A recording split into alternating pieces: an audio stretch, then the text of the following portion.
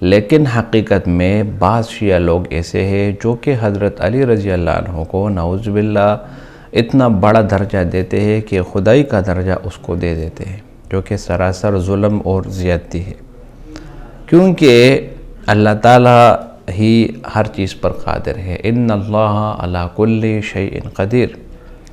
اور جتنے بھی بندگان خدا ہے یعنی اللہ تعالیٰ کے بندے ہیں، اس کی قدرت کسی چیز پر بھی نہیں، وہ سب اللہ تعالیٰ کے امر کے محتاج ہوتے ہیں، یہاں تک کہ ایک نبی جو ہے وہ بھی اللہ کے حکم کا محتاج ہوتا ہے۔ اگر وہ معجزہ دکھاتا ہے تو وہ اللہ کے حکم سے، اپنی طرف سے، اپنی طاقت سے کچھ بھی وہ نہیں کر سکتا سوائے کس کے؟